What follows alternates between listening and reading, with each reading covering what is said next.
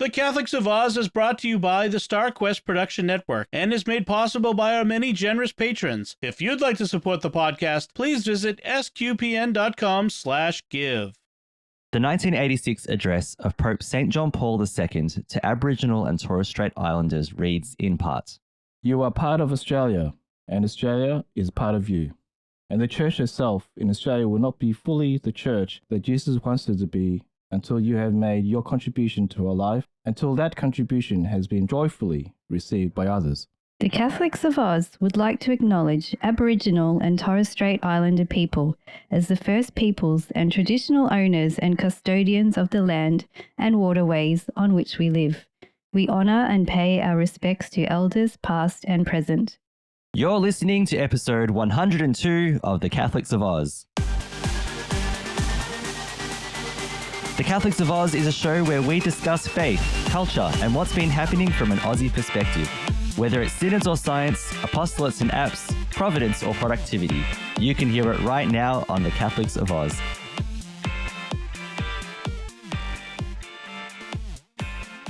Hello and welcome to episode 102 of The Catholics of Oz. My name is Lindsay Sant, one of the hosts of this show, coming straight from Australia to you, wherever you are. And I am joined today by my still here, still shining sister, Caroline Knight. Caroline, how are you today? I am okay, thank you. I'm looking out the window. The sun is out. I can see my flowers are all happy and it's making me happy. So yes, thank you. Good. Yeah. Caroline and I have been feeling a bit wonky. For various reasons.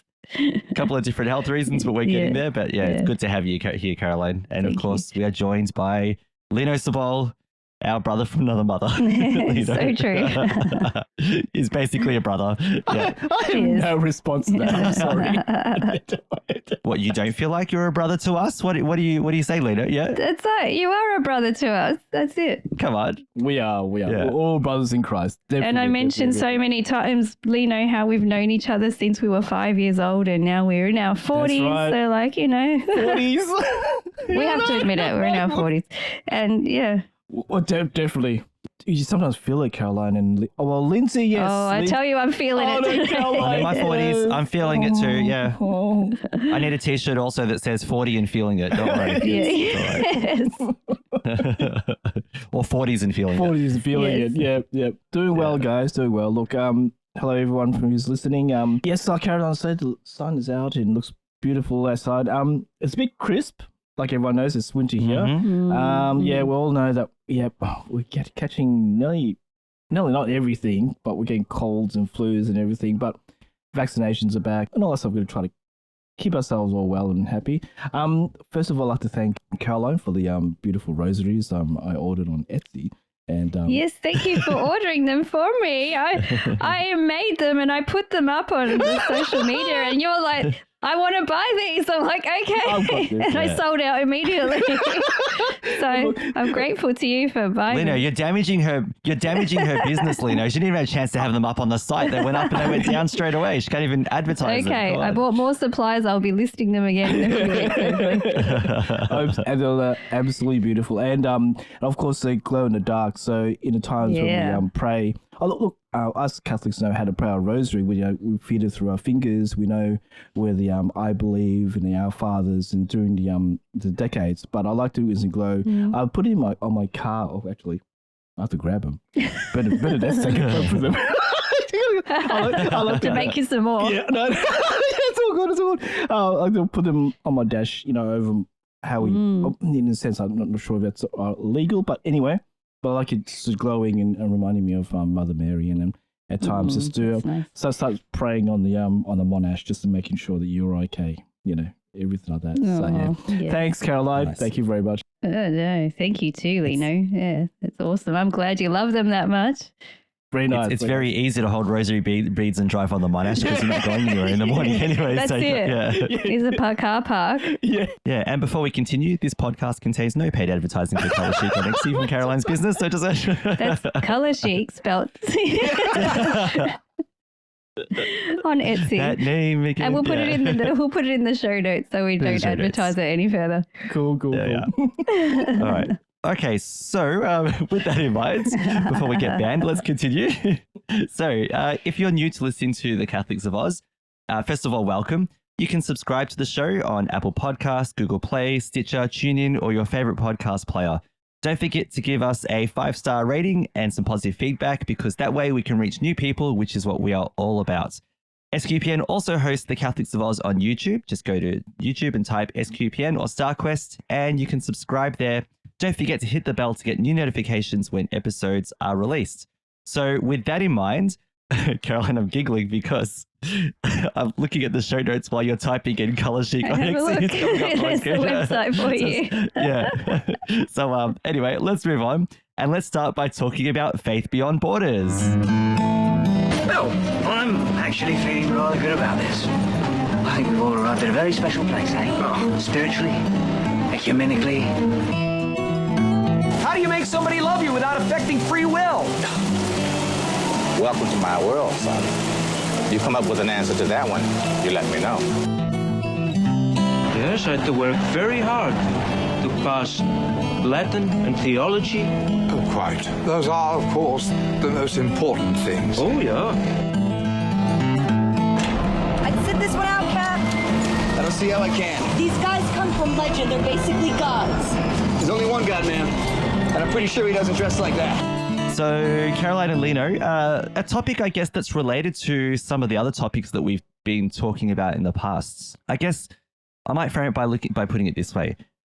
I feel like there's a sense, a desire, a need for renewal in the church at the moment. By that, what I'm talking about is a renewal, a renewed sense of mission, of missionary discipleship, of understanding what it means to be church, in the world, and what it means to be the face of Christ for the world. And I get that sense from all the different things that have been happening. So even last year, we had 3 podcasts, I think it was one after the other, where it was like, let's talk about the plenary council. Let's talk about the Take the Way of the Gospel. Let's talk about the Synod on Synodality. So, all these movements, right from the local to the global church, it's all about renewal, right? It's all about how can we be the face of God in the church. Some people maybe cynically have said that this is because we're seeing reduced numbers of people in our churches and it's a numbers game. And some people might say it's a response to, I don't know, less priests or whatever else it might be. Those are symptoms of a lack of renewal in the church, but renewal can't be motivated by those things. Renewal needs to be motivated by our fidelity to the Spirit, to what the Spirit is calling us to do, right now, here in the here and now. So with that spiel in mind, with that little introduction in mind, on that continuing journey of renewal, I attended with 4 parishioners from my local parish a session that was run by the Archdiocese of Melbourne Proclaim team, and the session was about parish renewal. So now going right from the Synod to the Plenary Council to Take the Way of the Gospel to our own little parish, church. This renewal is hopefully anyway creeping into every corner of the church. And I think it's really important now for us to help make other Catholics aware of the importance of renewal. To say maybe that things might be looking good around you in your local parish, but that doesn't mean that you can now just maintain what you have. Renewal is a continual process, and it needs to go on and on and on. Now, Lino, your wife, the lovely Bernadette, was also there for this session, so I'm sure she's told you a few things about it. Yes, she did, yeah. But we all came away very positive from this session. So what I wanted to do today is just share just a few tips on parish renewal that I learned, that I received, that I thought were really helpful. In case anyone out there is also working on parish renewal, this is maybe something that you might find really helpful as well. The day was divided into 3 sessions, and I'm only going to go really through the first 2 and maybe a little bit of the third. And now this is like, 3 separate hours of presentation. I'm not going to do 3 hours of notes for you. I'm just going to go through the Spark notes. By the way, just guys, feel free to interrupt if anything that you hear like really sticks out and you're like, oh yeah, I want to say something about that. Just tell me to stop ranting and raving about this, and I'll be quiet for a bit, but only for a little bit. So we know. So yeah, we know. Yeah, you know the drill, right? The first session was hosted by a leadership coach called Ron Huntley. Now, Ron is from Canada, and he runs basically a leadership coaching. That's his business. It's what he does. but he runs it in particular for churches. So coaching in leadership in the church, and in particular in parishes. And parish renewal is a big thing for him. So I found out later on after listening to him that he has a podcast. He has a whole, he's got video podcasts on YouTube. He's got a regular podcast. I started listening, and I'm really loving what this guy has to say, because he's very charitable in his approach to renewal, and also very honest as well. And I've really enjoyed what he's had to say. And he's not, I don't know, sometimes when you hear of leadership coaches, you can either have people who are complete fakes, you know what I mean, or get people who come across as authentic. And this guy came across as authentic, which is really good, because sometimes you've got people who just do the script, right? Here's the script, I'll present it, $1,000, see you later. He didn't come across like that at all. He seemed genuinely like he cared. And what was really good was he stayed back to answer questions. And he's coming to Melbourne in November to do more coaching with parish priests and things like that too. So he really cares about what it is that he's presenting. So he said the following things on parish renewal. So he used Abraham and Moses as models of this, about how, God called and immediately they said yes. They weren't entirely prepared for what they were supposed to do, but they said yes, and they relied on God, and through their reliance on God and their relationship with God, they were able to do the great things that God called them to do. So we're not called to be Moses or Abraham, but we are called to be, however we can, people in our parish who support renewal, who are led by the Spirit. So he said, a parish that's vital, that's alive, first of all, it owns its leadership to support missionary renewal. So owning leadership means that you don't just appoint anyone a leader, and you don't just appoint your best friends to be leaders in parishes, but you own the leadership structure. You have the control over what it is, what its purpose is, and the vision that it's trying to live out for the parish. So the idea that a parish would have a vision and follow it. So owning leadership means that basically, not like control, but it means that leadership is deliberate. It has a focus, it has a purpose. Its focus is sharpened towards whatever goal or goals the parish is trying to reach. So that's the first thing. The second thing he said was that the following things, parish renewal requires an openness to the following. So the first thing he said is that for a parish to be renewed, it needs to have a vision that is rooted in our relationship with Jesus.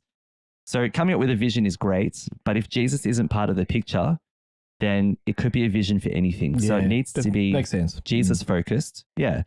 Because if it's Jesus focused, it's mission focused as well. Yeah. And it means that we're relying on God to be involved in the mission as well, rather than saying, well, our vision is that we have 1,000 extra people by February next year. But what does that mean, right? That's any business could do that, right? Anyone could say we want that. But this is really about making it Jesus focused. So whatever vision a parish comes up with, it needs to be rooted in not just in Jesus, but in a relationship with Jesus as well. It needs to demonstrate that the community has a relationship with Jesus, or deepening of that. Renewal requires unwavering commitment. So what he means is that along the way, on the path of parish renewal, there are going to be challenges, and there's even going to be pushback, because sometimes there are people who in the parish who may not understand the need for renewal, or may not agree with the type of renewal that's being discerned, or just outright antagonistic, as you might have from time to time, right? But he said that leaders who want to do renewal, their commitment is unwavering regardless of whatever challenges you might face. He said it also requires a commitment to stay when sacrifice is required. So we sacrifice time. As you know, a lot of people who volunteer in parishes have full-time jobs. Me, right? A lot of us, we do things in our parish, but then we also have full-time jobs, we have families, we have all kinds of things going on. So sometimes we have to make sacrifice. Now, he's not saying sacrifice your family, sacrifice your time, but the thing is, sometimes you're just going to feel busier than normal, and we just have to be prepared to get through those times. And I think the key thing to remember is that we don't go through those times alone either. It's, he's talking about a team-based effort. This really needs to be a team-based thing. It's not an individual trying to renew a parish, because that's doomed to failure anyway. So this is a team making a joint sacrifice, not one person taking a sacrifice on for everyone else in the team, if that makes sense. And you're saying that the benefits of that really is that if the team can navigate through pushback and through difficulties and come out the other side with a sense of a renewed parish, then you've done, your unwavering commitment has got you there. So essentially, unwavering commitment is the same as our commitment to Christ, really, right? At the end of the day, we're committed to renewal because we're committed to Christ. We don't give up on Christ, and we don't give up on renewal at the same time. The two things are intertwined. So that was the next thing he said. Then he said the other thing is parish renewal involves making others great. So he said, seeing the best in others in the parish and bringing it out of them.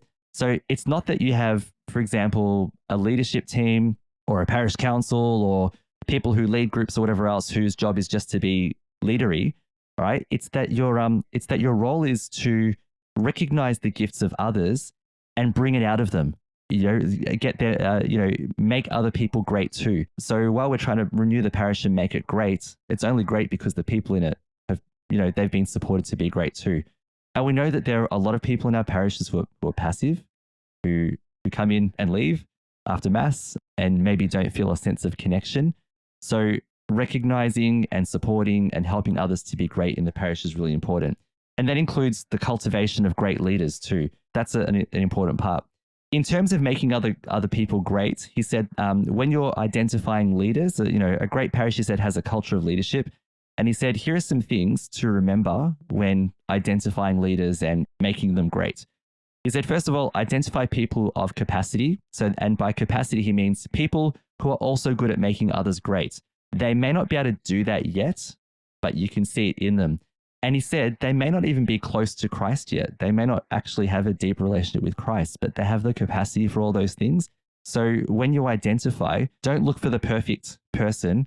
Look for people who have this potential that can be grown and cultivated. Like none of us start out as great leaders. We all start, and in fact, no one ever becomes the perfect leader. We're always on the way to refining our leadership to meet the needs of the time. So look for people who have that capacity for leadership, convince them, show them that leadership is a pathway that they need to be on, and create a pathway where they feel like they can belong and believe in your parish.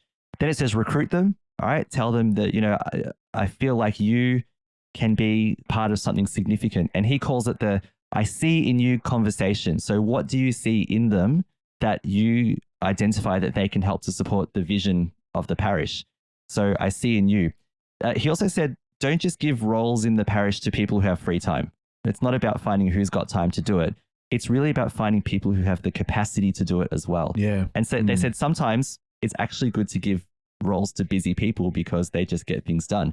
I remember Father Michael Shadbolt years ago. So remember, Lino, you remember when we ran Men Alive? Yes. There was the Men Alive conference at our parish, right? Yeah. So Father Michael asked me to come along and listen to these presenters and what they had to say. So we're there in a room of about 10 men. Listen to, they made the pitch, this is about helping men in the parish who, to come along and be more involved. This ministry was based on men who just sit there and don't do much, or it's to support, women who have men in their lives who don't go to church, to support them to come along on this journey, to encourage them to be more involved in the church. So all this, everyone's like, yep, great pitch. Sounds really good. Father Michael turns to me and says, basically, I want you to help run this. Oh no. Yeah. I think I remember that. And then he turns, and he turns to the guy who did the pitch and said, what I know is you've got to give this to a busy person. That's my Father Michael voice, by the way. He goes, give it to a busy person. That's what that's what happened, right? So here I was, this busy guy trying to help set this thing up. But thanks, Father. Thanks, Father Michael. In his time as parish priest, he threw me under the bus several times, and that was one of them. But he loved you. He relied on you. He really trusted you. That's why. But I never threw him under the bus. I never had a chance to. His he time was is good coming. at not letting people throw him under the bus. He was very good at that. Yeah. But it is a thing, right? It's true that when you give a job to a person who's busy, they'll get it done, if that makes sense. And that's not to say, oh, that person doesn't look busy, don't give it to them either. But it's just about ensuring that your only motivation shouldn't be this person's got time on their hands, let's give them something to do. It needs to be more than that. So that's the recruit. Then he said, invest in the people. So don't just jump, throw a role onto them, but also invest time. And by that, it means, it might be money, it might be training, but it also means spending time with them as well. So he was saying that see your leaders at least once a week or at least once a fortnight or once a month, whatever it is, right? But always catch up with your leaders to support them, to see how they're going with their role, to help them discern where their role might be changed or updated in order to support the goal. And he said, basically support them to embrace the God-sized vision of the parish. So that's the invest. The next part is to empower them with responsibility. So by empower, it means when you give them a job, let them do the job. Don't interfere too much, if that makes sense. We call it, that micromanaging, right? So they've got a role in the parish, support them, check in with them, but don't necessarily tell them how to do their role like you're controlling them, like a chess piece or something, if that kind of makes sense. They're not pieces on a board. They're people you've entrusted with a role. So let them do the role. Obviously, when a person, if it looks like they're not doing the role correctly, that's discernment, discussions, that also has to happen. But don't constrict them, don't say, here's your role, now constrict their ability to do it. Because people are endowed with creativity, they're endowed with ideas, they need to be free to, to try and to fail and things like that, and then to be encouraged. And that's where success and failure can be discussed at those meetings I was talking about, those frequent meetings. The other thing is support them. All right. So for example, affirm when they're doing great things, make sure that they know you've got their back. If you just throw them out into the ether and they don't feel like they're being supported, then they become disengaged. Yeah, that makes sense. From the vision, right? They become disengaged from the vision and they start questioning, well, what am I doing? Right? Yeah. And lastly, he said, these people that are identified as leaders, form them into multipliers. And what he means by that is, we don't just want a group of 6 people to be leaders in the parish. We actually want everyone to be leaders who buy into this vision, right? And leadership means different things for different people. There are all kinds of leadership, right? But if you are part of a community, you're a leader in some kind of way, right? You're a leader of a family that you bring with you, or you're a leader of a group of parishioners who do this, or you're a leader of the altar servers, or whatever it might be, right? You're a leader of something. So empower everyone to be a multiplier. That is, everyone to buy into this vision for the parish. And the vision for the parish, again, going back to where it started, is rooted in a relationship with Jesus. So essentially, when we're multiplying, we're also evangelizing at the same time. So this is the whole thing about renewal of leadership. So he lays out this pathway for forming leaders. Then he says here, a couple of other things very quickly. He says, if you're asked to be a leader in a parish, and if your answer is yes to that, he said, remember this phrase, what do you need to succeed? And he says, don't just think about it, but he says, pray into it. I love that phrase, pray into it. What do you need to succeed? So don't think about it without relying on God, without relying on the presence of the Holy Spirit. And he talks about this being a spirit-driven exercise, that we really need to pray into what our roles are in the parish, so that the Spirit can guide us to be and to empower us to do what we need to do. Because at the end of the day, you want everyone in a parish to be part of the parish's vision in some way, shape, or form. And there are different levels of leadership. Like, for example, in a parish right now, you have the parish priest, who's like the ultimate canonical administrator. The parish priest has a parish leadership team, which are like 3 or 4 people who, it's like the executive, if that kind of makes sense. Like the board, if you want to call it that. There's a parish pastoral council, which is like which I'm part of at my parish, which is like an advisory board to the, or advisory team to the parish. They kind of have their fingers on the pulse of what's going on in different parts of the parish, and speak to the parish priest. They may have different roles assigned to them and so on. Like, for example, my role is the Take the Way of the Gospel coordinator at my parish with another person that I serve with. So you've got all of that going on as well. So, and then you've got whatever happens next, leaders of groups, leaders of different, maybe there's different pastoral entities within the parish, and whatever else. Not to say it's a hierarchy, but to say that this is a team working together for a vision. And the vision, like I said, is God-sized. It's rooted in Christ. And we're all working on that together. So praying, what do we need to succeed, is this relying on the Spirit for guidance. And he said, be intentional as well. All right. So God helps us to be intentional, because he said, you have to remember, we already have what we need, in Christ. We have what we need in terms of our spiritual life, our formation and so on. So let's use that as the platform for us to discern a God-sized vision for our parishes and then live up to it. For anyone who's in the Archdiocese of Melbourne, or living in Victoria as well, a person in Victoria, Ron Huntley will be coming to Melbourne in November. I don't have any other information about this yet, but I'm sure it will be advertised. So anyone who is interested in parish renewal and engaging with Ron and the sessions he might run, I think it's worth really listening out for that. And just another thing that he mentioned I thought was important, there was a Q&A session.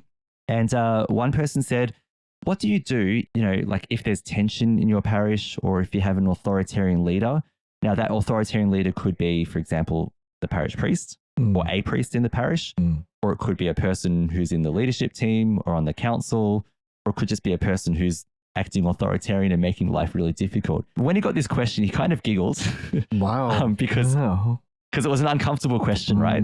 And he was saying there's no silver bullet really to answer that question. There is no simple answer to that because it's different in every circumstance. And he said, to be honest with you, I'm dealing with something very similar in a parish I'm working in right now, because he's supporting several parishes. And again, he said something which I think became of great comfort to me, because I've experienced this as well in different ways sometimes too. And he said, look, you've just got to pray into it. All right. So pray into that situation. As he said before, there is pushback. There's always going to be pushback, and it can come from anywhere. It can come from where you least expect. It could come from the people that you would hope are not the ones responsible for the pushback. But he said, pray into it. And, he said it could be that you're guided to have a conversation with that person, or it could be that you're guided to hang on to that unwavering commitment that he talked about. It's, this is a time where your unwavering commitment is really being, I don't want to say tested, but really being, challenged. And he said, and this is time for you to really hold on to that unwavering commitment, because it's your commitment to Christ. He wasn't saying be a pushover, let people dominate and make your life difficult. But he said, he's basically saying, if we pray into it, if our reliance is on God all the time, God will help us navigate that situation. And that situation, who knows how long it will take and what will come out of it. But at the end of the day, we always need to rely on God. And we can see several biblical figures. He talked about Abram. He talked about, Moses. They faced their own difficulties, but then they became multipliers as well. They navigated through pushback and challenge and so on, and they became multipliers. Moses, for example, God gave him the mission. The mission was hard. Pharaoh was the pushback in this particular story, if you think about it. And Moses wasn't a leader. He told God, I'm not a public speaker. What do you expect me to do, right? But he went in fidelity to God and did the mission anyway. And he brought other people along and made them leaders while his leadership was developing, not because he was an established leader. So even while his leadership was developing, he was multiplying. He was helping others to become leaders too, to support this particular God-sized vision, which was the liberation of the Hebrews from the Egyptian slavery. So I thought that was a really helpful session. There was a second session, which I'm not going to go through every single thing that was said, but I do want to just say that Father Chris Ryan, who's a missionary of God's love, he talked about authentic Christian communities, and he used his parish. He's got a parish in Sydney. Now, he said, what I'm going to tell you, I don't want you to get the sense that my parish is perfect or that we've got it, that we've got the secret sauce. But he was saying that here are some things that worked, and he went through what is the foundation of a Christian community. And he said, what we should be aiming for is to establish, he said, we should be growing friends in faith. And he said, this might sound like a bizarre thing, we come into church to be friends and whatever else. But he said growing friends in faith is an essential part of parish life. And he went through, he used Acts, the book of Acts as his sort of background for this. And he talked about this phrase, and they were of one spirit or of one heart. And he said that actually comes from Greek philosophy, when, I don't know if it was Aristotle that he mentioned, who defined different types of friendship. And he said, for example, we become friends because we both have something, we share a common need, or we become friends because we share common interests, or we become friends because we genuinely want to care for each other. It evolves into that. And he said, that's all true. He said, but Christianity adds a fourth dimension to friendship, and that is that we are united in friendship by the Holy Spirit. And he said, just as the Father, the Son, and the Holy Spirit, the love of the Father and the Son in the Trinity is brought about by the Spirit, that intense bond of friendship in the Trinity. He said, our Christian friendships are also spiritual in that sense, that we are bound together in the Spirit too. We're all baptized, we're all confirmed, and the Spirit is within us to reach out, to others, the people around us. So he said, a community of friends in faith is a community of friends who are led by the Spirit together. And he talked about the language of the Mass, which talks about, for example, the Lord be with you and with your spirit. The whole idea that we are emphasizing this spiritual friendship and connection that we have with each other. So that was really powerful. And he went on to say that, what is the purpose of being church? He said, we have to remember that the purpose of church needs to be really clearly established in a parish. And he talked about how in Australia, in earlier times in the church, in the last century, one of the motivations for being a united church was to stand in the face of a common enemy. So if you remember, well, it wasn't in our time, but you remember church history in Australia, there was a time where there was animosity between Catholics and Protestant Christians.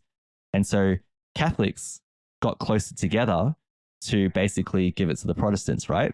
And so you had Catholic churches with Catholic tennis clubs and Catholic dance halls and Catholic this and Catholic that, right? And he said, this is not enough. You can't be church because you have a common enemy. You can't be united because of a common enemy. He said, we need to be united in our love of Christ. Christ needs to be the center. If Christ is not the center, we are not doing church well. And he said, even today, right, we hear commentators talk about the culture. You hear I'm using air quotes, the culture, as a common enemy to unite behind. And there are some Catholics, and forgive me for saying this, but there are some Catholics with a persecution complex who are all about we're persecuted. But at the end of the day, we have to remember that the people that some of these Catholic commentators are calling our enemies that we need to unite against are human beings who are made in God's image. And we have a responsibility not to look at them as enemies, but as people who are in need of the love of Christ. And in fact, our church is even uniting against people within the church now, calling them enemies too, right? So, well, wow. Okay. So in all of this, in saying, for example, in saying this person is evil because they said this publicly, or this politician is evil, or this group is evil, or whatever else. What about, where's Christ in that, right? In saying, this priest is evil because he said this, or this nun is evil because she believed that, right? Where is Christ in this? So if we do church united because we have a common enemy, we're not doing it right. We're doing it very, very, very wrong. And so we need to look at Christ's example and unite around Christ. Did Christ have enemies? Yes. But what did Christ do on the cross? He said, Father, forgive them. All right. He didn't say rain down lightning or just, destroy them with fire. He said, Father, forgive them. So how do and again, air quotes, enemies, how do our enemies know the forgiveness and love of God if we're excluding them? So as a church, we need to do better in that sense. So there's a lot more that I got out of this. It was really good. But what I'd suggest is if anyone wants to get even a taste of what I experienced with these other parishioners, if you just Google Ron Huntley, and I'll try and put his podcast in the show notes if I remember. There should be, I will put them in the show notes. I'll remember to do it because he gives lots of great tips. And I think if you listen to him, if you're a person who's feeling a bit discouraged by maybe how your parish is going, feeling a bit alone in your parish, feeling like there's no connection, the first thing I'd say to you is don't be too critical of the people in your parish, because there may be a reason for that. It may be that people in your parish don't know or don't understand or don't really have the desire for renewal. Take some hope in the fact that there are people out there who are trying to encourage this renewal. Right from the very top of our church with the Synod on Synodality, which we should all be positive about, not negative like some commentators have said. In Australia, our plenary council. In Victoria, our Take the Way of the Gospel. In our local parishes, the desire for renewal. So maybe start the conversation in your parish. Listen to a couple of Ron Huntley podcasts, first of all. If you want that fire to develop in you, if you want to feel that fire, and once you feel that fire, it will give you the language to help you. And so anyway, that's what I experienced, and what it did lead to, which really gave us the fire, was that the 5 people that in that group I went with, we said we want to talk more, right? We don't want this day to be the end of the conversation. So we had a Zoom meeting last Thursday, and we shared all of our notes and our ideas.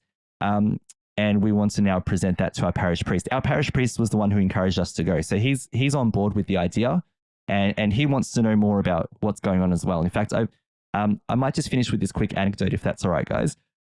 We were given, so every parish that attended was given a little camellia plant, right? It was small, like 30 centimeters tall, whatever it is. Oh, it was a camellia, wasn't it? Oh, okay. It's a camellia. Yeah. I don't remember what I thought it was. I thought it was a rose. An orange tree. No, orange tree. Yeah.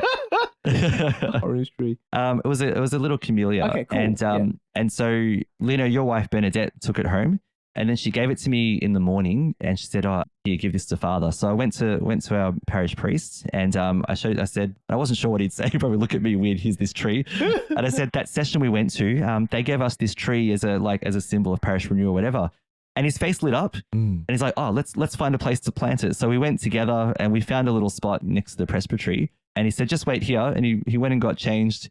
He got a shovel from his shed and came back, and he's like, "Here, dig." And I'm thinking, "Oh, I hope the ground's not too hard." But thankfully, it could be raining. The soil, almost like the soil was really soft, so going through clay is hard. yeah. So I dug a little hole, and then he called my son Alex. He goes, "Alex, Alex." So Alexander came over, and he planted the tree. Alex planted the tree, and he said, "Oh, take photos." So he got Isabel to take photos. And we planted this tree. So I told the other 5 in the team, and they were very excited by that. And I said to them, "Look, as you walk past this tree every time, just say a little prayer about our reliance on the Spirit for renewal." So yeah, I thought that was just a powerful moment, and I pray that at least in our parish that renewal will pick up over time, because we're being given an avenue now to share this information, which is great. So and I pray that anyone else who's listening, if you're on the path to renewal, if your parish is all over it, or if you're feeling right to the other end of the spectrum, where if you're feeling a bit lost and not sure, pray into it, as Ron Huntley would say, and let's see where the Spirit guides us with this. All right, rant over. No, you're right. No. Quickly, it was before I forget, because I tend to forget a lot of things. It was funny. Was the gospel of the day on that Sunday was about parable of the seed, which Indeed. seed, Yep. which were was seed that falls on not good ground doesn't grow. The seed that grows, falls onto a nurtured and solid ground, the foundation. I was perfect, and what happened was when Father Priest walked by and said, "Father, you just planted the seed." And he just smiled at me and walked off. And I go, "Okay, all right, all good." Yeah, there you go. Yep. Any other comments, guys? Caroline, what did you think of that? What I like about our parish is you can see the people who have roles in the parish passionately performing their roles, which is something I really love to see.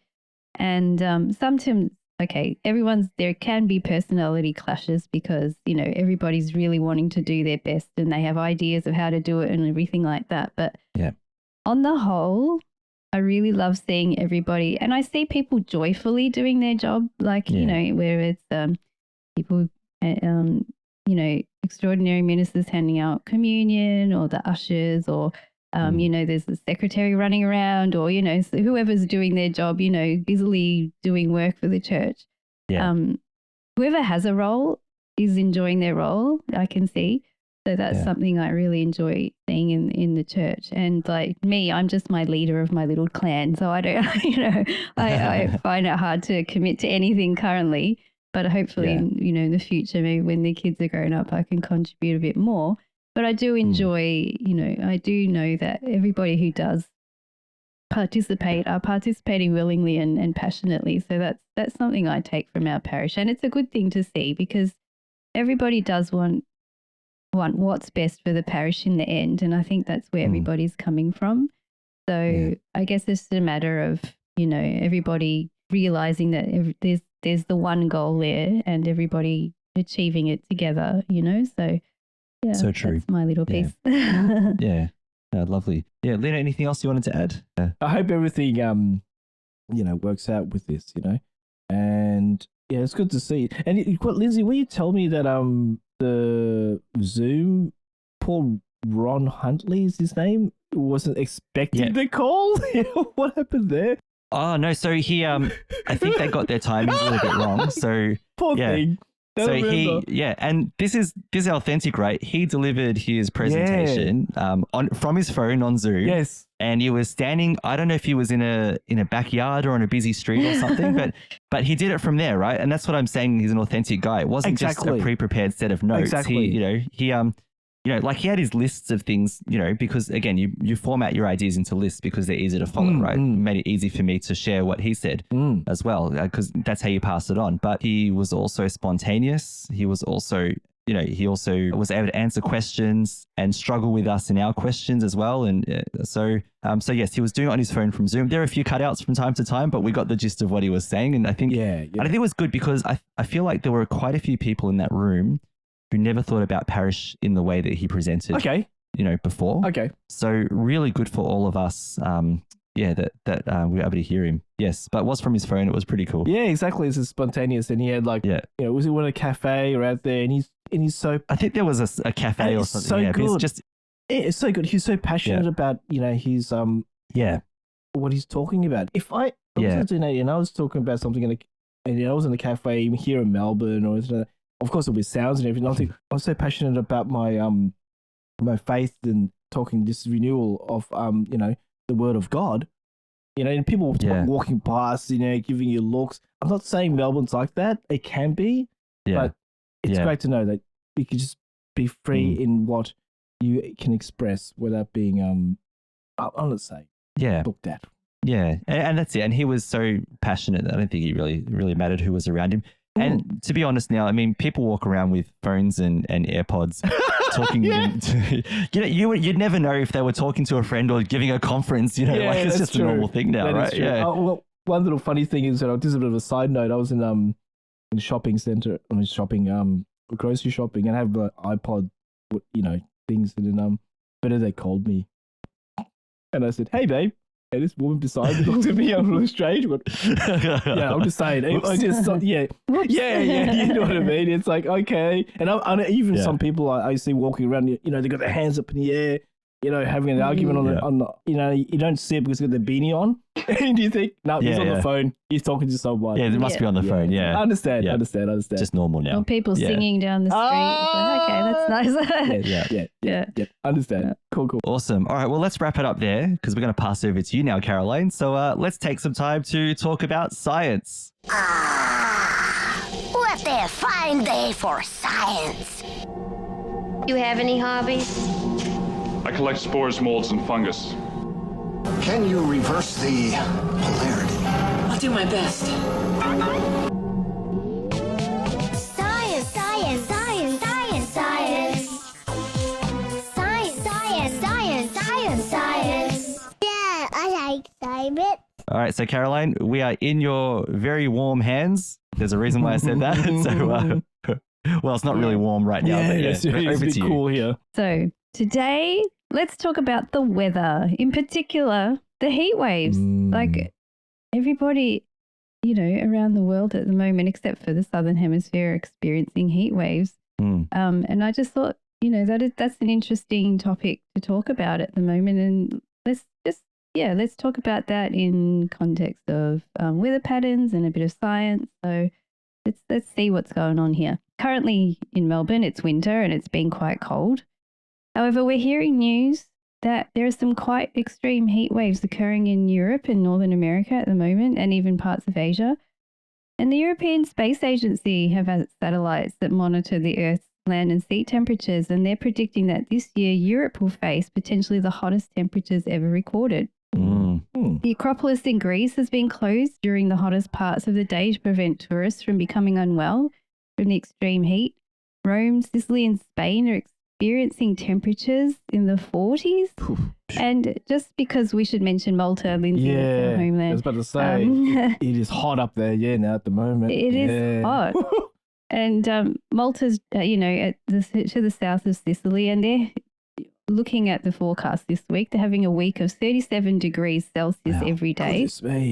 With overnight lows of 27 degrees every night. Oh, that's not a low. That's not a low. Yeah, that's daytime. Yeah. That's a high temperature for some, like our mum and sis. Sorry, they've had a few power outages as well, haven't they, too? There's been a lot of power outages. Our relatives have been sending us, on the group chat saying that they haven't got any power. And that's, no, that's not good either. We have our cousin Lindsay Stefan is working in the heat on roofs at the moment. And he's finding it hard to find ice vests. So, I feel for him as well. Exactly. We're thinking of you all in Malta. Especially the elderly. Oh, well, everyone, of course. But everyone who is. Everyone. Understand. Totally. And even in North America, top temperature of 48 degrees was recorded during the week in Phoenix, Arizona. In Death Valley, one of the hottest places on Earth in California. Yeah. The forecast has been sitting in the high 40s and low 50s degrees Celsius. Crazy. Can I just say a quick anecdote? So I was reading a story. There's a guy, I didn't realize this, right? He does a 1 mile run in Death Valley every year. I think I've seen but he calls it, but he calls it his Darth Valley Death Mile because he does it in a Darth Vader costume. Oh my goodness. So he trains for all year long. Yeah, and he did it this year and commented on how extremely hot it was. But he's doing it for like funny cause. and very silly at the same time. Well, it is. Yeah. Well, he's doing it for a cause, I believe, too. Yeah. Yep. Goodness sakes, and especially since they're expecting a record high of 54 degrees Celsius for this weekend. So insane. Yep. Yes, currently in Southern California and Canada as well, and in Spain there are wildfires, uncontrollable wildfires at the moment. In Canada, 10 million hectares or 25 million acres of bushland have been burnt so far, and with more damage expected as the summer goes on. So yes, heat waves are happening all over the Northern Hemisphere. And it's been partly to blame on rising average global temperature as well as an El Nino weather pattern. The highest average global temperature ever recorded was actually this year on July the 5th with a temperature of 17.23 degrees Celsius. And the world has already warmed by about 1.1 degrees since the industrial era began. And temperatures are likely to keep rising because unless something is done, obviously, to cut emissions, global warming will just get worse. So Paolo Kepi, a lecturer in climate science at the Imperial College in London, said that higher global temperatures were undoubtedly contributing to the increased incidence of extreme weather. He said, of course, it's not unusual to have a heat wave in the summer per se, but what's becoming really unusual is the collection of heat waves. We have the baseline temperature shifting upwards, so you are shifting the odds towards the more severe extreme events and fewer cold extreme events. So global warming is a thing and it affects the world's climate. And we've all heard about how greenhouse gases are emitted in the atmosphere and have been leading to this phenomena. I mean, I've seen a lot of charts and it shows the temperatures of the world, and it's like a graph going up and down, and the temperatures are basically the average global temperatures are moving up along the graph slowly. So we're heading towards more extreme heat and less colder days. So I have links in the show notes and you can have a look at those as well. Yeah. Had a look at the NASA website too, and they have a statement saying, what's perhaps the most important to remember about global surface temperature fluctuations is that despite short-term ups and downs, the evidence shows that our planet is steadily accumulating heat. Scientists assessing global warming study Earth's entire heat content, not just what happens in one part of the atmosphere or one component of the Earth system. And what they have found is that the balance of energy in the Earth system is out of whack. Our lower atmosphere is warming. The ocean is accumulating more energy. Land surfaces are absorbing energy, and the Earth's ice is melting. Yeah, yep, that's true. And scientists say that the high temperatures we are seeing and many people are experiencing are being driven by climate change and the naturally occurring weather pattern that I mentioned earlier called El Nino, which happens every 3 to 7 years and causes the temperatures to rise. So what about El Nino? What is it? So El Nino is a climate pattern that occurs in the tropical Pacific Ocean. El Nino means little boy in Spanish, and South American fishermen first noticed periods of unusually warm water in the Pacific Oceans in the 1600s.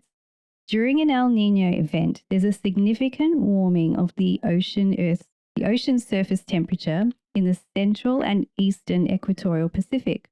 This warming occurs when the trade winds, and the trade winds are the winds which flow from east to west in the Earth's equatorial region, and when the winds weaken or reverse, they can reverse, reducing the upwelling of cold water from the ocean depths. So what happens is the upwelling is when normal conditions of the wind blowing across the ocean surface pushes water away, and then warm water from below replaces this water.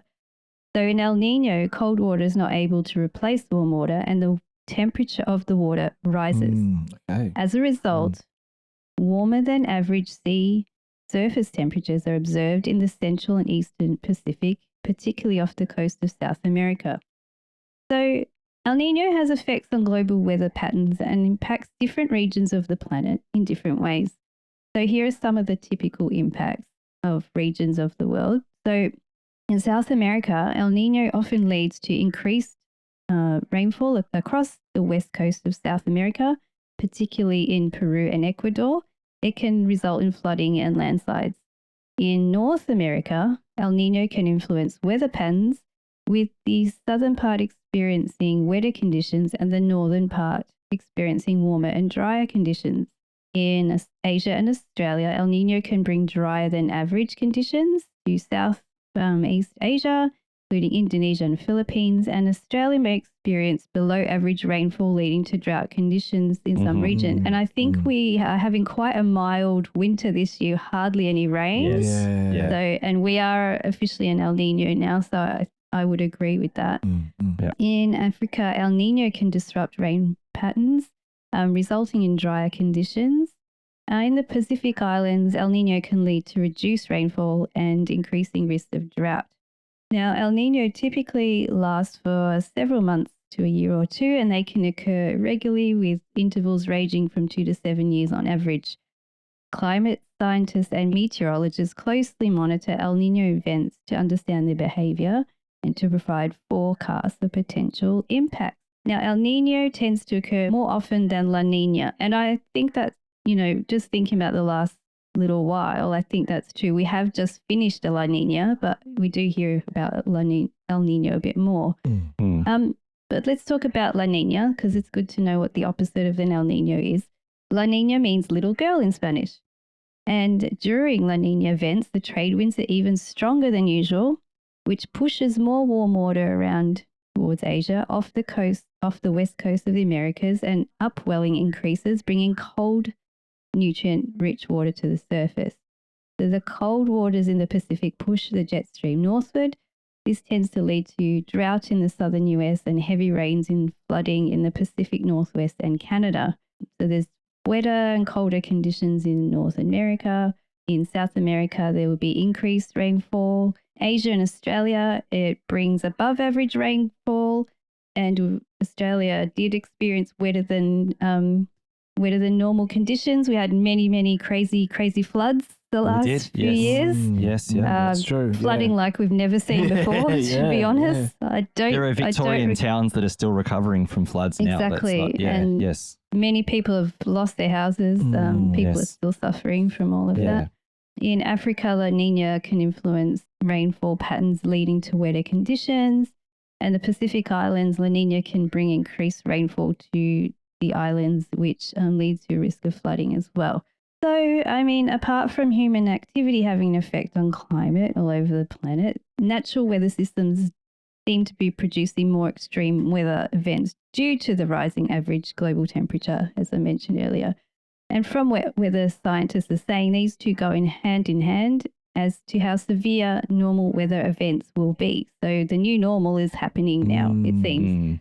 And also, I think from what we're seeing in the Northern Hemisphere, Australia had better prepare for a long, hot summer. That's what I was feeling too, yes. Yes, because, as I mentioned, we're having a it's very cold, but it's mild. We're having kind of more spring days, I would say.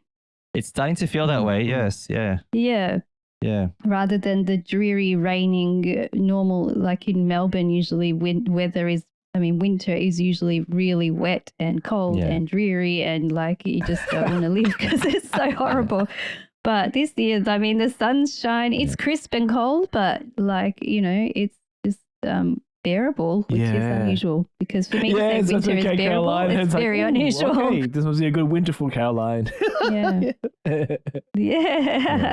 there we have it. Something to think about anyway. Yeah, definitely. Yeah. You presented it really well. And I think it's important for us to all think about the role that we play, because, Caroline, you weren't there being a climate alarmist, as some people might accuse people of being when they state, the scientific facts. But it's important for us, what's the Catholic angle on this, right? Which I'll throw in, right? Is that we are called to be stewards of creation. to look after. And this is a spiritual thing. We are, Pope Francis has talked about the integral ecology, which is that we are part of the natural world. We're not, as human beings, we're not separate from it. We are part of this natural world, which is nature. We're not aliens from somewhere else. We are integrated into this ecosystem, which is why we're alive, right? It's because we live in it. It's made to sustain human life. And in return, God makes us stewards of the earth. You go back to Genesis, to keep and till the earth and so on. To keep it beautiful, because creation is beautiful and awe-inspiring and all those things. And creation is not just the planet, but the entire universe. It's all beautiful and creates awe and wonder for us. But in this particular, little corner in the back streets of the Milky Way where we are on this planet, this is our home. And looking after our home is, for one, to sustain our lives, but also to sustain the lives of others. It's a Catholic social teaching moment, right? And Catholic social teaching, by the way, is not some fringe theory. It is integrated into the teaching of the church. It comes from Christ, and looking after the planet is our responsibility. So I think it's up to all of us to think about what our role is in, where human beings are contributing to greenhouse gases and so on. It's up to all of us to think about what our role is, and to petition our politicians to have it on their conscience as well, because they're the ones who make the changes at the end of the day. So I don't care if you call yourself politically conservative or politically progressive. That means nothing. It doesn't change the weather. But what makes a difference is, at least for Catholics, is listening to our conscience. Is what the science is saying, is it calling us to do better? So yes, there are, because I know people make the arguments of, well, this is what the world naturally does. Of course it does, but it does. But there is also what we do as well, which can exacerbate it as well. So we have to think about that part, I guess. Yeah, and I guess that's the point I was really trying to make, And I mean, I have heard some commentators on various radio stations trying to disprove that there is global warming and weather patterns are natural and all that. But they have to really dig to get some evidence for this. However, it really takes nothing to look at websites such as NASA, such as ESA, such as, there are many, many agencies who have been monitoring temperature. Exactly. Yeah. And the graphs speak for themselves. The data doesn't lie, does it? That's right. No, exactly. It's there. Everybody there. It's all separate data being collected, and everyone's coming up with the same results. And then you just need to look at the news. You see the extreme weather events. You see people suffering. You can't deny what's happening. And like you said, I'm not trying to be alarmist, but I do want to highlight as well, like you're saying, we do need to look after our little patch of earth where we can and contribute any way that we can. And of course, we can't stop big companies from emitting, and we're all guilty of using the products, from the factories, and for using electricity and all of that. But there are small ways to do, to help. Like if you're able to put solar panels on your house, you can free electricity straight from the sun. You don't need to get a lot of it from the coal power stations. Throwing out your recycling in the correct way so that products can be recycled. If you can reuse something, reuse it, so the energy doesn't need to be going back into recycling things and making new products and things like that. So, I mean, these are very small things, but imagine everybody doing and that's all the idea, these right? little things. That's exactly right. And like if you have a garden, try and plant it up with plants, because that will reduce temperature as well. If you have a very concretey garden, that's okay. Put some pots everywhere. Put them all together and, plant lots of plants, and you'll be benefiting yourself from a cooler summer in your garden, benefiting animals who need shelter and food and all of that. There are really practical little things that we can do. And making that little contribution to the health of the planet too. It's all everyone can do that. Yeah. Exactly. There's a lot of change in the weather. We always talk about it at the moment. What happens is we have hot summers, but not very hot. We may have a week where it's maybe 30s. I remember, what was it, guys? A few years ago when we had the whole 2 weeks was like over nearly 40 degrees. High 30s. And of course we had fires. And then and then we talk about this winter has been as cold as we thought it would be. I know it's 13 degrees for us. Okay, Americans, It's not cold, all right? But it is cold for us, okay? That's cold for us. Yeah. Yes, it is. For us, it's cold. If you're saying, oh, it's getting to a top of 13 degrees Celsius, I'm like, well, that's not a top. That is. We're all like, that is cold. Yeah.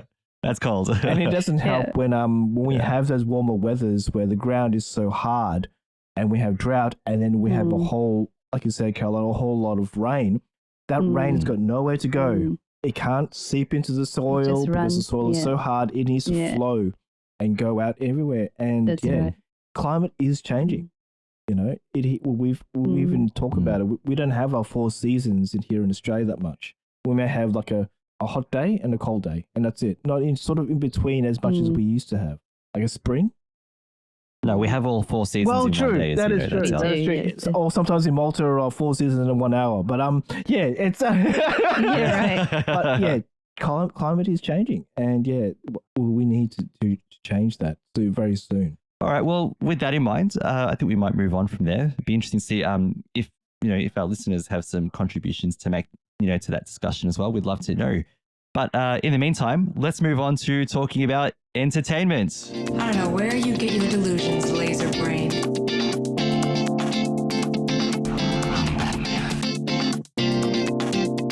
It's not what we came here to do. No, but it's what I'm going to do. I have a plan. You've got a plan. I have part of a plan.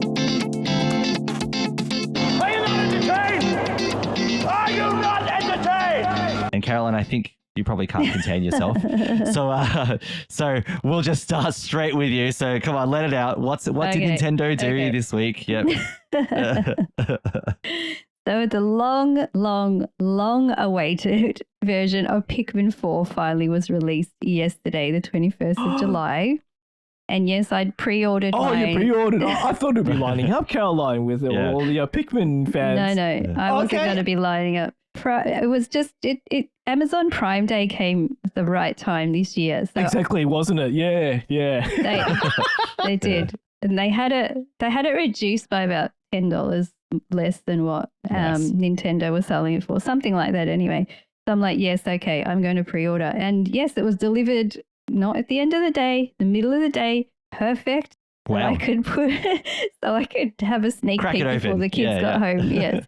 And I did that. And I mean, what could I say? I don't hate it. I love it. It's like I have to admit, I played the demo already. Okay. So I did get a good feel for it.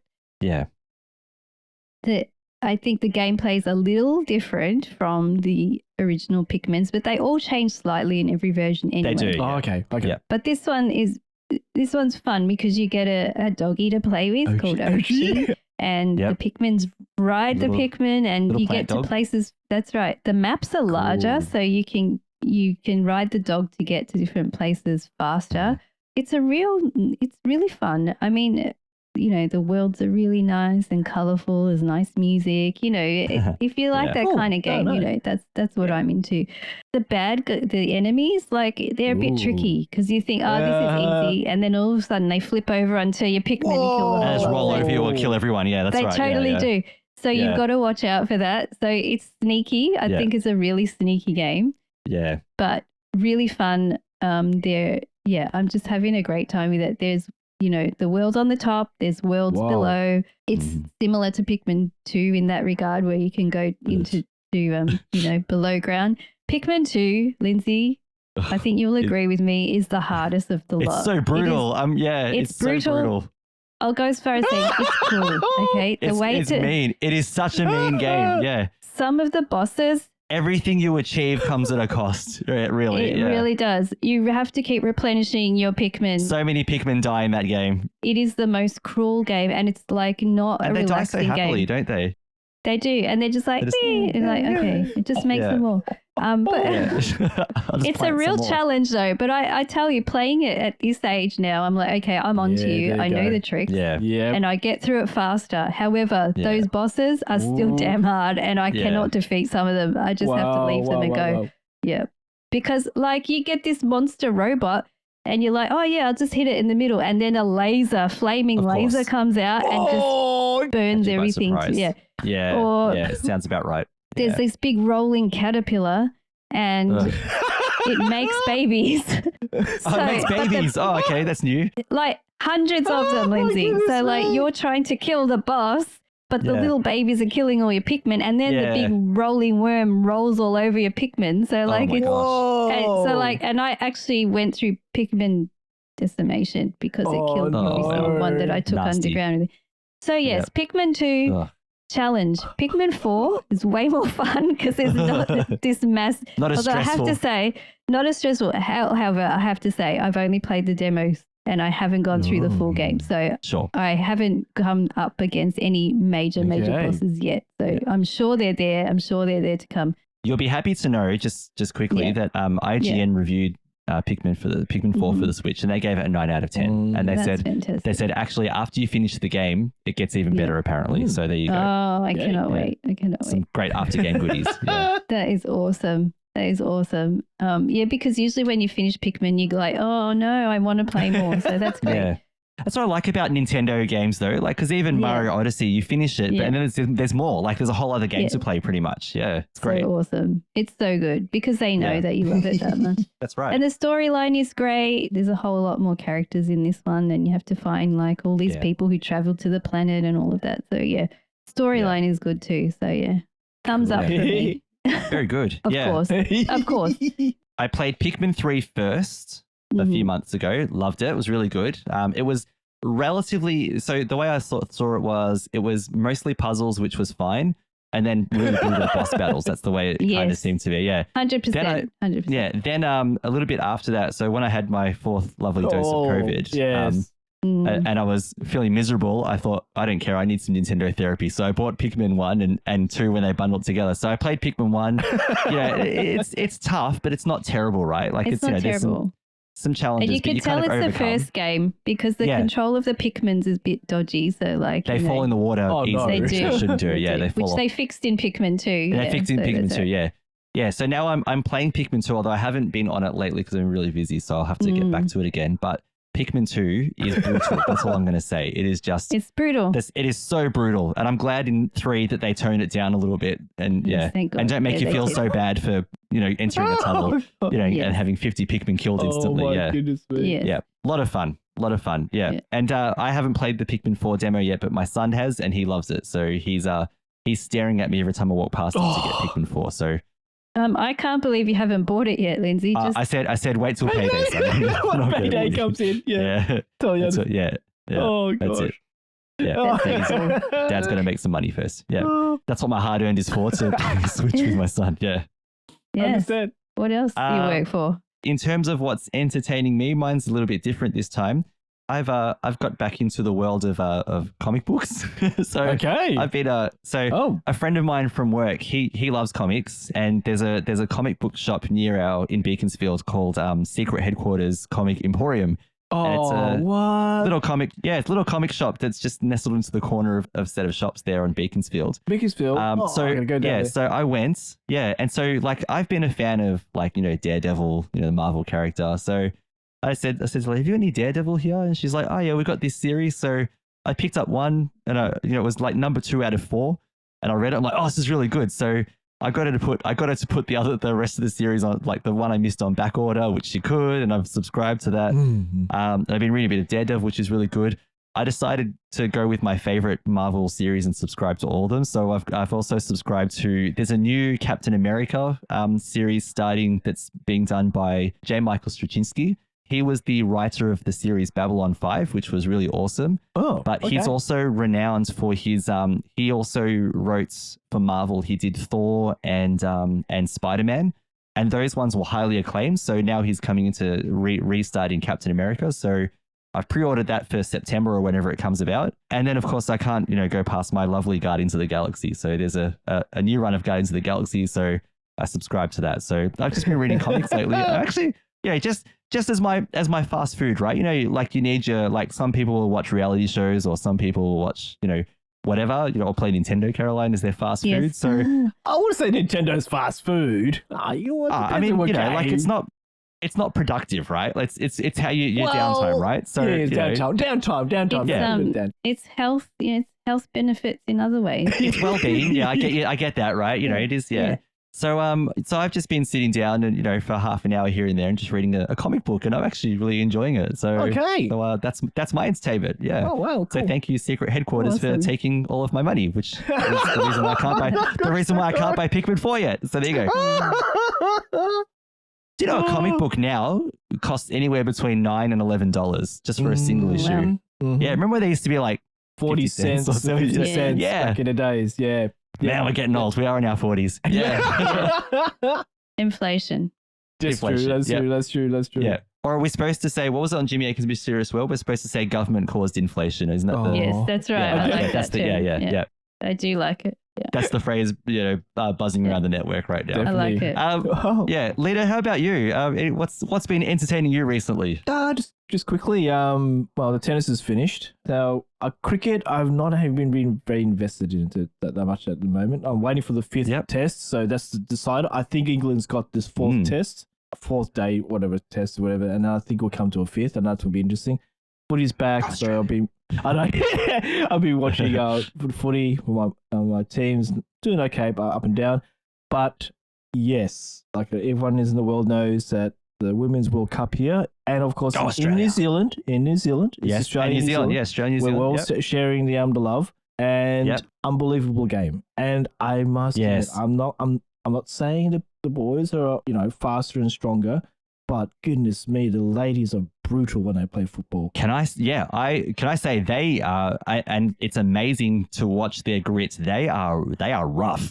They are rough. They are running into each other, pushing each other over, stepping on ankles. The Nigeria-Canada match, oh my gosh. I was like, it is so, but it's so good. Like they're really thrilling. Yeah. I watched the Matildas during the Japanese Olympics, and they were amazing. Their matches, I was screaming at the TV. I was so excited. That was so good. And same thing now. I'm just glued to the TV watching the Matildas play, and I'm hoping we'll get a World Cup win out of it. That would be so good. That's right. I can imagine the first soccer World Cup won by the Matildas. That would be beautiful. It would be amazing. So, amazing. But I must admit, I've been watching highlights of the other teams. And so what's been going on so far? Because other teams are still playing and all that, blah, blah, blah. But Spain, dangerous. New Zealand, Caroline are good. I've seen how they played. They are good. They have a good attacking run. And I don't want to get into a big soccer fan base there. That's good to see. You'd be surprised. They do love the soccer there. Yeah, that's good. What's the big stadium? The Cake Tin? Is that what they call it? Oh yeah. They call it the Cake Tin. Oh my gosh, I should know the name. TSB Arena, I think. I can't remember, but something like that. Yeah, my husband's played there in his band before. So, there you go. Yeah, we drive past it nearly every day when we're there in Wellington, because it's like on the way to the downtown or the city. So sweet. No, it's good to see. But the other teams look good. Philippines didn't do too well, but I'm sad to say I expected that, because they've been trying to do the best. These other teams are just one notch better. It's just maybe they'll surprise you in the next game. We'll see. Well, that's correct. Yeah. The other teams like Costa Rica, there's Tanzania. I can't pronounce that name. Tanzania. I think they're in there. Tanzania. Yeah. Tanzania. That's right. Senegal's in there. But this is a great women's World Cup, and then, like I said, Caroline, these girls are like colliding like anything. There's a ball, man. There's two going out. For us boys, we do, but I don't know. I don't know. We just tend to go. I feel like the men's matches are tame compared to what we're seeing, though. There's a lot of fire. There's a lot of fire on the pitch, and it's actually of fire really on the pitch. A lot of not shirt fronting, but a lot of a lot of league. So it's a good bit of tipping over. It's been good. Yeah. Or boxing match, we just saw. It just looked really physical. So but I think this World Cup's going to do well. I hope it will do well. Yeah. Yeah, and it's not just the like the physicality that's great about it, but also the skill is. Oh, the skill! My goodness, they are the girls, like the bravery on the teams. Like it's epic. Really enjoying this so far. Yeah. So go the Matildas. It's good to see the girls playing. Yeah, it's great. It's great to see a World Cup like this for women. It has been. Women have fought really hard to get this. So exactly. It's good. It's great that it's like become normalized now. It's fantastic. Definitely. Yeah, definitely. Yep. All right. Yeah. Well, let's finish it up there. It's been good to talk to all these fun things. So before we finish the show, I just wanted to shout out Patrick McCaffrey, who edits our shows for us now. So he's taken on the role as editor. So okay. Thank you so much. Yeah, we were joking a little bit about about getting him a pay rise, and we had a bit of fun on Slack joking with that. We just want to thank you so much, Patrick, for editing our shows. We are really, really grateful. So in case we haven't expressed that enough, we just want to express it here on the show as you listen and edit this for us. So I know you listen to it. It is crazy. He'll duck the level of that thanks a little bit higher than everything else, I'm sure. It is crazy. Crazy Australians, like crazy Canadian cousins. Yeah, what's going on here? Let's finish up there. We want to thank you all for joining us for episode 102 of the Catholics of Oz. And before we go, we'd like to take a moment to thank our patrons who make it possible for us to create the Catholics of Oz. So today we want to thank Mike K, Hector M, Matthew R, Jesse J, and Thomas M. Through their generous donations at sqpn.com/give, they make it possible for the Catholics of Oz and all of the other shows on StarQuest to continue. And you can join them by visiting sqpn.com/give. And while you're on the SQPN website, you can go to our show notes at sqpn.com/Oz, where you'll find all the links from today's episode. And also, don't forget to sign up to the StarQuest newsletter and get some updates on what's happening next on the network, sqpn.com/about/newsletter. And you can join the conversation about all of the shows on the StarQuest network on Discord. Join the community, sqpn.com/Discord, and you can talk about your favorite shows and your responses to some of the things that you've heard as well in that space. We're also on facebook.com/CatholicsofOz.oz. You can link with us there if you'd like to. And don't forget all of SQPN's socials. There's facebook.com/StarQuest Media, on Twitter at SQPN, StarQuest Media on Instagram, and I think it's also StarQuest Media on Threads if you've happened to move across to the Thread world now, the slightly more positive Thread world, I should say. We'll see how long that lasts for. They're very influency. I think I've talked about that before, but that's a whole other thing. So if you'd like to email us as well, you can reach us at catholics.of.oz@sqpn.com. Caroline, thank you so much for being part of episode 102. Thank you. And Lino, thank you as well. Thank you guys very much. 102. Are we still in party mode from 100? No. I think we're over our 100. It took us hours to clean up after episode 100. 101 we were a bit tired. I think we're getting back into the groove again. Okay, dude. Thank God. Thank you very much. Literally, thank God we don't have to do that for another 98 episodes. And once again, I'm Lindsay Sant. Thank you so much for joining us for episode 102 of the Catholics of Oz on StarQuest. Here's another show on the StarQuest network you're sure to enjoy, Jimmy Akin's Mysterious World.